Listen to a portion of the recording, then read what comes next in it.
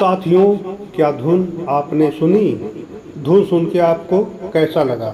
सोचिए, एक गीत जिसे देश ने पहली बार 1964 में सुना था, एक आवाज़ जिसे सुने हुए लगभग 6 दशक बीत चुके हैं, और अचानक वही धुन आज की युवा पीढ़ी के बीच फिर गूंजने लगती है। रील बनती है, लोग उस पर वीडियो बनाते हैं और देखते ही देखते एक पुराने गीत का एक हिस्सा इंटरनेट की नई दुनिया में वायरल हो जाता है। लेकिन सवाल ये है, आखिर ऐसा क्या है इस गीत में? क्या यह सिर्फ एक वायरल ट्रेंड है, या फिर किशोर कुमार की आवाज़ में सचमुच ऐसा जादू था जो समय को भी हरा देता है? आज शुरू की यादों में हम इसी रहस्य को खोलेंगे। साथियों, इस कहानी की शुरुआत होती है सन 1964 से। फिल्म थी मिस्टर एक्स इन बॉम्बे, एक अनोखी कहानी। एक ऐसा नायक जो अदृश्य हो सकता है, और इसी फिल्म में था वह गीत मेरे महबूब कयामत होगी। किशोर की आवाज़, संगीत लक्ष्मीकांत प्यारेलाल और गीत आनंद बख्श का था, और पर्दे पर स्वयं किशोर कुमार। फिल्म की कहानी में भी इस गीत का प्रसंग बेहद दिलचस्प था। नायक प्रेम में दुखी है, दिल टूट चुका है, और इसी भावनात्मक स्थिति में यह गीत सामने आता है। यानी गीत सिर्फ सुनाई नहीं देता, कहानी का हिस्सा बन जाता है। जरा सोचिए, प्रेम में असफल व्यक्ति के मन में क्या चलता है? गुस्सा, दर्द, शिकायत, या फिर उस इंसान की याद जिसे वह भूलना चाहता है लेकिन भूल नहीं पाता। किशोर दा ने इस गीत को केवल गाया नहीं, उन्होंने उसमें दर्द भी दिया, शिकायत भी दी, मोहब्बत भी दी, और एक अजीब सी बेचैनी भी। यही कारण है कि इतने वर्षों बाद भी यह गीत सुनते ही किसी को अपना पुराना प्यार याद आता है। किसी से बिछड़ चुका इंसान, और किसी को अपनी जवानी के वे दिन जब एक गीत पूरी रात रेडियो पर सुनने के लिए लोग इंतजार किया करते थे। यह वह दौर था जब रेडियो ही सोशल मीडिया था। आज हमारे पास यूट्यूब है, इंस्टाग्राम है, फेसबुक है, रील है, शॉर्ट है, लेकिन एक समय था जब किसी गीत को वायरल करने के लिए न इंटरनेट था, न सोशल मीडिया था, तो बस रेडियो।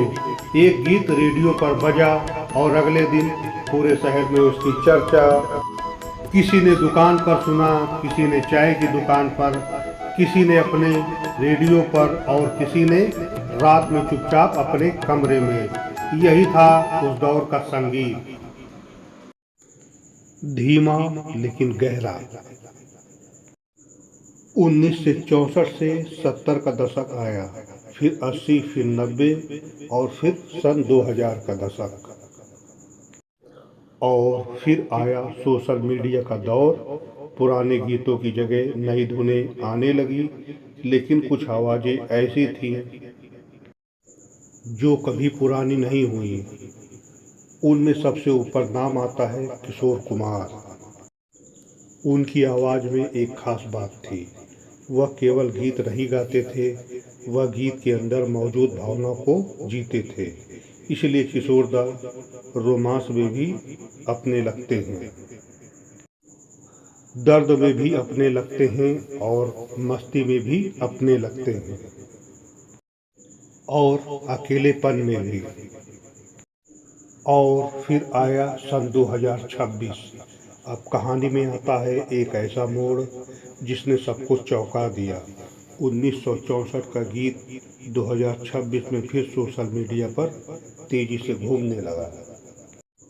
विशेष रूप से गीत की पंक्ति, आज रुसवा तेरी गलियों में मोहब्बत होगी, कि एक नए रेडिएशन और रिमिक्स ने युवाओं का ध्यान खींचा। रिपोर्टों के अनुसार यह नया संस्करण किशोर कुमार की मूल रिकॉर्डिंग नहीं था। इसे एक अलग गायक की आवाज़ में प्रस्तुत किया गया और उसके बाद रिमिक्स के जरिए यह सोशल मीडिया पर तेज़ी से फैला और यहीं से शुरू हुआ पुराने गीत और नई पीढ़ी का अद्भुत मिलन। अब सबसे बड़ा सवाल, आज की पीढ़ी के पास हजारों नए गाने हैं, फिर 1964 का यह गीत क्यों? शायद इसलिए क्योंकि इंसान बदलता है लेकिन उसकी भावनाएं नहीं बदलती। आज भी प्यार है, आज भी प्यार है, आज भी ब्रेकअप है, आज भी नाराज़गी है, आज भी अकेलापन है, आज भी किसी को देखकर दिल धड़कता है और आज भी किसी के चले जाने पर दिल कहता है काश वह वापस आ जाए।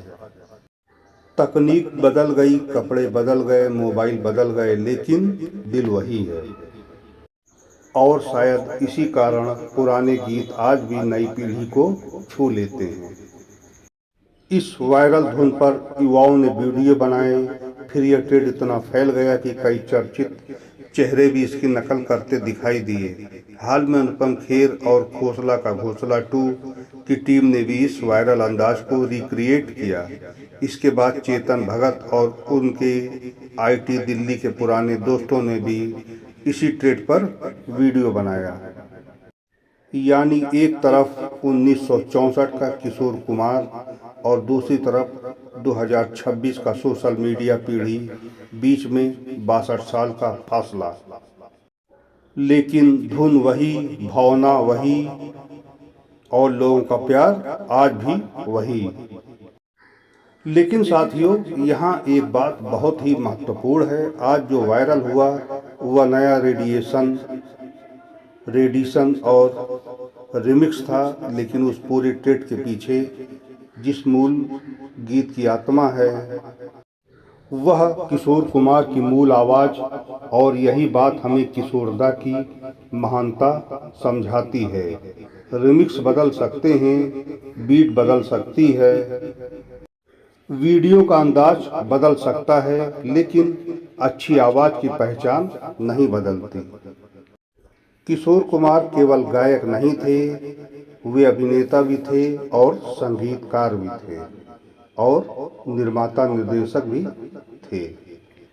और सबसे बड़ी बात, वह एक संपूर्ण कलाकार थे। उनकी आवाज़ में शास्त्रीय प्रदर्शन से अधिक मानवीय भावना की गर्माहट महसूस होती थी। वह आवाज़ सुनकर ऐसा लगता था जैसे सामने कोई कलाकार नहीं, हमारे बीच बैठा कोई अपना आदमी गा रहा हो। शायद यही उनकी सबसे बड़ी ताकत थी। एक बुजुर्ग उन्हें सुनता है तो उसे अपनी जवानी याद आती है। एक मध्यम आयु का व्यक्ति सुनता है तो उसे अपना प्रेम याद आता है। एक मध्यम आयु का व्यक्ति सुनता है तो उसे अपना प्रेम याद आता है, और एक युवा सुनता है तो उसे लगता है यह तो मेरी ही कहानी है। यही किसी महान कलाकार की पहचान है। वह अपने समय का नहीं रहता, वह हर समय का हो जाता है। किशोरदा को गुजरे दशकों बीत गए, लेकिन उनकी आवाज़ आज भी जिंदा है। आज भी उनकी आवाज़ सॉफ्टी जैसी डिजिटल संगीत सेवाओं पर करोड़ों श्रोताओं तक पहुंच रही है। यानी जिस आवाज़ को एक दौर में लोग रेडियो पर सुनते थे, वही आवाज़ मोबाइल की स्क्रीन पर, ईयरफोन में, रील्स में और नई पीढ़ी की प्लेलिस्ट में सुनाई देती है। तो साथियों, अगली बार जब कोई पुराना किशोर कुमार का गीत सुने तो उसे सिर्फ पुराना गाना मत कहिएगा, क्योंकि वह केवल पुराना गीत नहीं है, वह किसी की जवानी है, किसी की मोहब्बत है और किसी की याद है, किसी का अधूरा सपना है और किसी के लिए शायद आज भी पहली बार सुना हुआ गीत।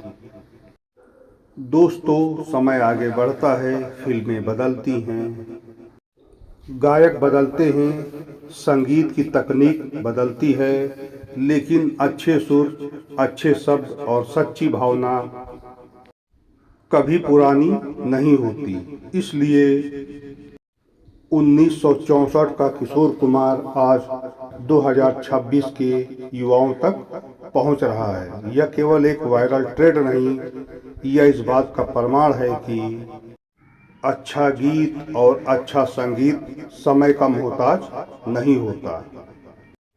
अगर आपके जीवन में भी किशोर कुमार का कोई ऐसा गीत है जिसे आपकी कोई खास याद जुड़ी है, तो कमेंट में उस गीत का नाम जरूर लिखिए। हो सकता है अगली कहानी सुरों की यादों में उसी गीत की हो। मैं हूं आपका अपना और आप देख रहे हैं सुरों की यादें, जहां हम सिर्फ पुराने गीत नहीं सुनते, उनके पीछे छिपी यादों को फिर से जीते हैं। मिलते हैं अगली कहानी में, तब तक सुनते रहिए अच्छे गीत, याद करते रहिए पुराने दिन और जुड़े रहिए हमारे साथ।